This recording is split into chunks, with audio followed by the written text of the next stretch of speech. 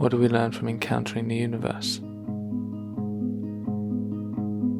We look at art, we listen to music, we spend our lives half in, half out of ourselves. We interact directly with our physical bodies.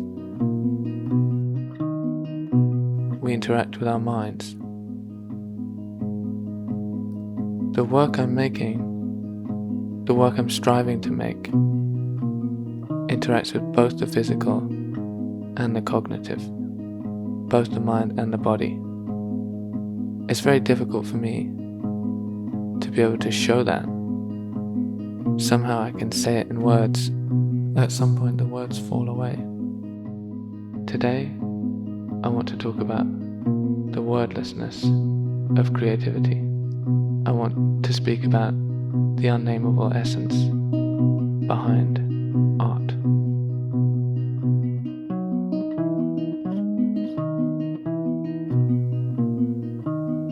Art can be visual, musical, theatrical. It can be works of literature.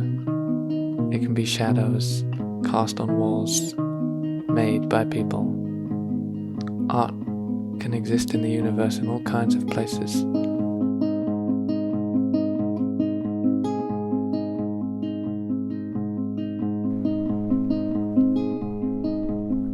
Some fundamental essence exists which brought life out of stars. It's easy for us to look at the magnitude of the universe and to think somehow there must be a mind behind all that we can see. Yet, a mind doesn't have to be sentient, doesn't have to be conscious. A mind that exists in a flock of birds and a swarm of bees may not be the same kind of mind as the one I'm using now.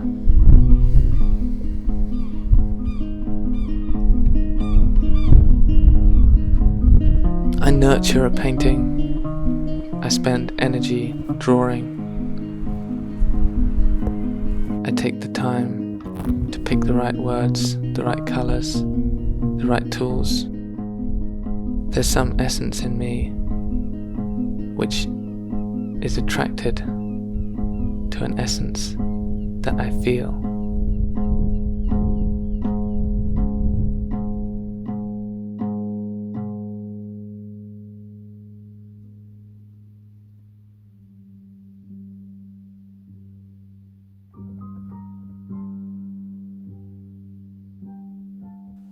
I want to talk about that essence, but it's wordless.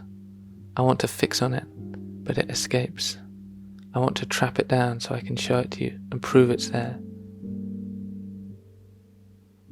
I throw my hand down to cover it, but when I lift my hand, I look at an empty palm.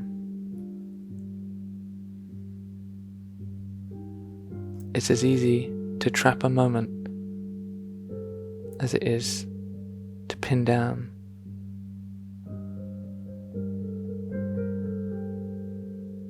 I know the only way I interact with that essence is through working, is through my own creative practice. A decisiveness comes to the hand.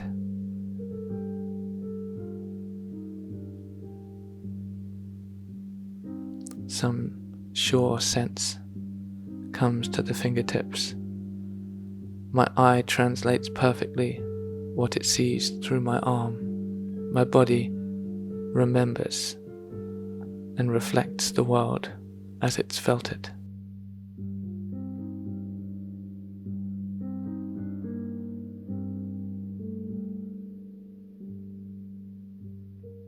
We call this a skill, but what it is, I think, is reality. Somehow, without us realizing, our minds have escaped and they've brought us into a different place. When we walk on streets and look through shop windows and fill in forms and answer calls and send emails. We exist in a world of our own creation, in a maze with no beginning and no end, to exist simply to distract us.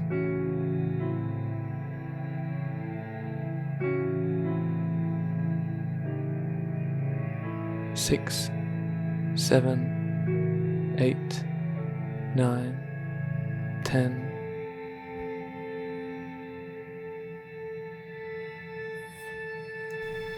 We see in the world that we have made the thing which created it.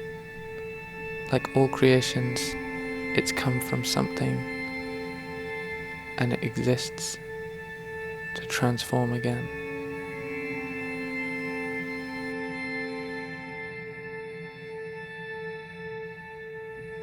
There is a truth, a fundamental truth at the heart of my work, a truth I can't pin down.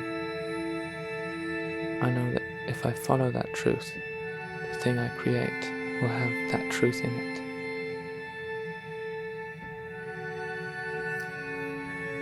I open up the door and I step through, and I take it all in as much as I can, and I turn to leave, and I can't take anything with me. The door closes, and I remain here, on this side, knowing the truth is there, always just behind the door, always accessible, only to be taken away in thought and intuition.